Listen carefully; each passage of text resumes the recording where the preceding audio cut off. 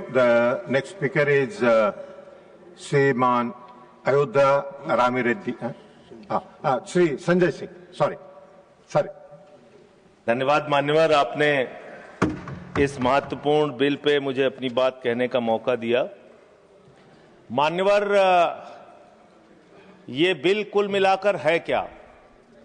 बड़े बकाए कर्जदारों को, जो बड़े बड़े कर्जा लेके बैठे हुए लोग हैं, उनको आप संरक्षण देने का काम इस बिल के माध्यम से कर रहे हैं। और मैं इसको इस रूप में भी कहूंगा कि बैंकों में आम आदमी का पैसा जमा है मान्यवर, किसान का, मजदूर का, कर्मचारी का लाखों करोड़ रुपए जमा रहता है। वो पैसा आप गरीब आदमी को नहीं देते, उनके रोजगार के लिए नहीं देते, एमएसएमई सेक्टर के लिए नहीं देते। वो पैसा उठा के आप अपने चंद पूंजीपति मित्रों को दे देते हैं, जिन मित्रों से आप पीछे से चंदा लेते हैं और धंधा देते हैं, उन मित्रों को आप पैसा दे देते हैं। और जब वो मित्र आपके डूब जाते हैं तो आप उनको बचाने के लिए ये बिल लेके आते हैं। तो कुल मिलाकर बैंक डकैती को लीगलाइज करने का ये बिल है। बैंकों पर जो डकैती हो रही है आपके दोस्तों के द्वारा, आपके मित्रों के द्वारा, उसको लीगलाइज करने का काम इस बिल के माध्यम से आप कर रहे हैं। आपका ध्यान इस देश की अर्थव्यवस्था को ठीक करने के लिए नहीं है मान्यवर। मैंने पूरी डिबेट सुनी लोकसभा की, खाली एक चीज बताई जा रही है, ये लोन पहले का है, ये लोन पहले का है, ये लोन पहले का है। लेकिन मैं आपसे पूछना चाहता हूं, जब आपकी सरकार बनी तो आप तो कह रहे थे हमारी 56 छुरी वाली सरकार है, हम एक एक आदमी से डंडा मार मार के वसूली करेंगे, सबसे पैसा लेंगे, कोई भागने नहीं पाएगा। लेकिन आपके राज में, मोदी जी के राज में 9,000 करोड़ रुपए लेके विजय माल्या भाग गया, 20,000 करोड़ रुपए के लेके नीरव मोदी, मेहुल चौकसी भाग गया, 6,000 करोड़ रुपए लेके नितिन संदेशरा भाग गया, 2,500 करोड़ रुपए लेके ललित मोदी भाग गया। ये बड़े बड़े जो हजारों करोड़ रुपए के लुटेरे थे, हिंदुस्तान से भगाया किसने इनको? आपने भगाया, ये गुनाह आपने किया। इसलिए आपको देश की अर्थव्यवस्था को ठीक करने का आपकी मंशा नहीं है। आपकी जो 56 छुरी वाली सरकार थी, उन्होंने तो इन लोगों को भगाने का काम किया, इन लोगों को निकालने का काम किया, सेफ पैसेज देने का काम किया। देश की जनता लूटी गई, बैंकों को आपने खाली करने का काम किया। और ऑथेंटिकेट करते हुए मैं आपको बताऊंगा मान्यवर, ये आपका लोकसभा में दिया गया सरकार का उत्तर है, मेरे घर पे नहीं बना।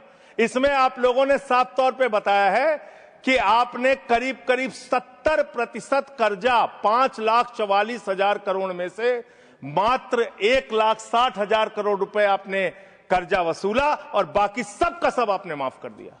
ये तो बड़ी अच्छी स्कीम है आपकी, बहुत अच्छी स्कीम है। यही स्कीम आप किसानों के लिए लाइए, यही स्कीम आप मजदूरों के लिए लाइए, रेहड़ी पटरी वालों के लिए लाइए, छात्रों के लिए लाइए, छोटे दुकानदारों के लिए लाइए। और कहिए कि अगर 1 लाख रुपए किसी किसान का बाकी रहेगा, 30,000 रुपए दे दे, उसका बाकी कर्जा माफ। कहिए कि अगर 1 करोड़ रुपए किसी दुकानदार का, छोटे व्यापारी का माफ रहेगा, बकाया रहेगा, उससे 30 लाख रुपए लेके 70 लाख रुपए माफ। क्योंकि यही काम तो किया है आपने। आंकड़े पढ़ रहा हूं मान्यवर, ध्यान से पूरे देश को सुनना चाहिए क्या है आपकी असलियत। आपने भूषण स्टील का 54,000 करोड़ रुपए कर्जा बकाया था, 42,000 करोड़ रुपए आपने वसूला, 23% आपने माफ किया। एसआर का, भूषण स्टील का 57,000 करोड़ रुपए बकाया था, 35,000 करोड़ वसूला, 38% आपने माफ किया। 8,000 करोड़ रुपए ज्योति स्ट्रक्चर्स का बकाया था, 55% आपने माफ किया। 91,000 करोड़ जीएचएफएल का बकाया था, 60% आपने माफ किया। भूषण पावर का 48,000 करोड़ रुपए बकाया था, 19,000 करोड़ रुपए वसूला, 60% माफ किया। इलेक्ट्रो स्टील्स का 14,000 करोड़ रुपए बकाया था, 5,000 करोड़ रुपए लिया, 62% आपने माफ किया।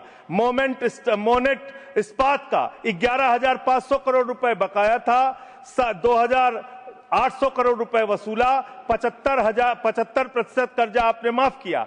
एमटेक का 13,500 करोड़ रुपए बकाया था, 2,700 करोड़ रुपए वसूला, 80% आपने माफ किया। आलोक इंडस्ट्रीज का 30,000 करोड़ रुपए बकाया था, 5,000 करोड़ रुपए वसूला, 83% आपने माफ किया। लैंको इंफ्रा का 47,000 करोड़ रुपए बकाया था, 5,300 करोड़ रुपए आपने वसूला, 88% कर्जा आपने माफ किया। वीडियोकॉन का 46,000 करोड़ रुपए बकाया था, 2,900 करोड़ रुपए वसूला, 94% कर्जा आपने माफ किया। एबीसी शिपयार्ड का 22,000 करोड़ रुपए बकाया था, 12,000 करोड़ रुपए वसूला, 95% आपने माफ किया। आपने श्रीवास्तव इंडस्ट्रीज का 4800 करोड़ रुपए बकाया था, 320 करोड़ रुपए आपने वसूला, 95% कर्जा आपने माफ किया। मान्यवर, अभी हमारे मित्र पूछ रहे थे हेयर कट क्या है, हेयर कट क्या है, हेयर कट क्या है। हेयर कट का तो मतलब था मामूली सी छूट देनी है, ज्यादा वसूलना है। आपने तो पूरा गर्दन कट कर दिया, पूरा गर्दन कट, यानी कि बड़ा हिस्सा कर्जे का माफ कर दिया और मामूली हिस्सा कर्जे का आपने वसूला। और अगर मैं आपसे ये कहूं कि इसमें आपने रिश्वतखोरी की, भ्रष्टाचार किया, चंदा लेके धंधा दिया, आपने एक ही खाली कंपनी का नाम लूंगा, भूषण स्टील का, जो टाटा को गई, 1500 करोड़ रुपए का चंदा भारतीय जनता पार्टी को टाटा से इलेक्टोरल बॉन्ड और बाकी चीजों के नाम पे आपको मिले हैं।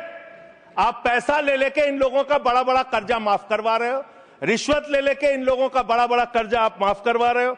आपका ध्यान देश की अर्थव्यवस्था ठीक करने में नहीं है, पूंजीपतियों को खाली हर तरह से फायदा पहुंचाने में है। एक गाना था मान्यवर, तू जहां जहां चलेगा मेरा साया साथ होगा। मोदी जी की हालत यही है। मोदी जी गाना बनाए हैं, मैं जहां जहां चलूंगा अडानी का ठेका साथ होगा। ये क्या है? ये क्या है? बांग्लादेश की यात्रा किया 2015 में, अडानी को ठेका मिल गया। श्रीलंका की यात्रा की 2021 में, अडानी को वहां ठेका मिल गया। तंजानिया की यात्रा की 2023 में, अडानी को वहां ठेका मिल गया। केन्या की यात्रा की 2023 में, अडानी को वहां ठेका मिल गया। नेपाल की यात्रा की 2023 में, अडानी को वहां ठेका मिल गया। मलेशिया में 2017 में यात्रा की, अडानी को वहां ठेका मिल गया। 2018 में सिंगापुर की यात्रा की, अडानी को वहां ठेका मिल गया। सर दिखाई नहीं पड़ रहा हूं मैं सर, अडानी को वहां ठेका मिल गया। वियतनाम की यात्रा की 2024 में, अडानी को वहां ठेका मिल गया। इजराइल की यात्रा की 2017 में, अडानी को वहां ठेका मिल गया। तू जहां जहां चलेगा मेरा साया साथ।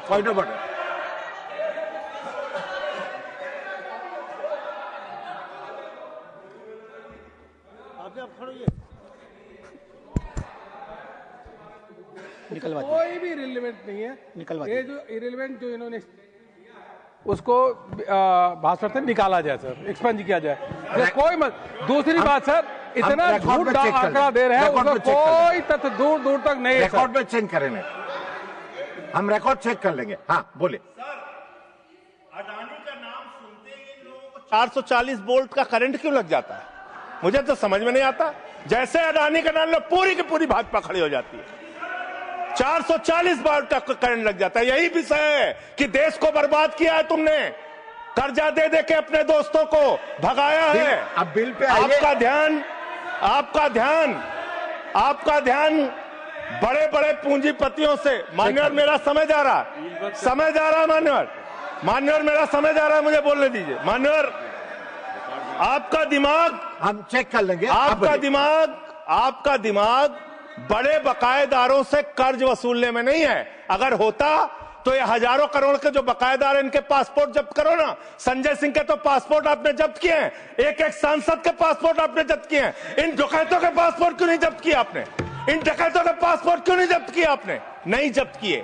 आपका दिमाग क्या है? यूट्यूबर पकड़ना है, न्यूज वाले को पकड़ना है, 4 PM संजय शर्मा का बंद करना है, राजीव निगम का फेसबुक बंद करना है, मुकेश मोहन पे मुकदमा करना है।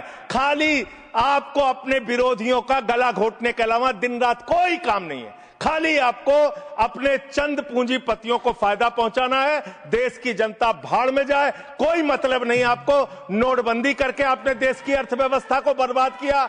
आपने एक अपने पूंजीपति दोस्त को हिंदुस्तान की सारी संपत्ति देके देश को बर्बाद किया। आप सिर्फ देश को लूटने वाले लोग हो। आप देश को लूटने का और भ्रष्टाचार करने का और उनसे चंदा लेकर धंधा देने का काम कर रहे हैं। मान्यवर इस बिल का मैं पूरी तरीके से विरोध करता हूं। अंतिम बात कह के खत्म करूंगा। मान्यवर एनसीएलटी की बड़ी चर्चा हुई। एनसीएलटी में मान्यवर 30, बस खत्म कर रहा हूं, सबको आपने ज्यादा टाइम दिया, मुझे भी एक आध मिनट दे दीजिए सर। एनसीएलटी में 30,000 केस पेंडिंग है सर, और 270 दिनों में एनसीएलटी को केस का निराकरण करना होता है। एनसीएलटी तो भ्रष्टाचार का गढ़ बन गया है। उनके पास ऊपर से फोन जाता है नेताओं का, इसका इतना माफ कर दो, उसका उतना माफ कर दो। ये अंतिम वाक्य चीफ जस्टिस का मैं बोल के अपनी बात खत्म करूंगा। 48,000 करोड़ रुपए अनिल अंबानी का बकाया था, 430 करोड़ रुपए में सेटलमेंट हो गया। तो सूर्यकांत जी चीफ जस्टिस जी ने कहा, उन्होंने कहा that the insolvency process had become mockery. ये भारत के मुख्य न्यायाधीश का बयान है इंसॉल्वेंसी के बारे में, जिस तरीके से आप लूटखोरी कर रहे हैं। बहुत बहुत धन्यवाद। श्रीमान Ayodhya Ramireddy Alla. Thank you sir.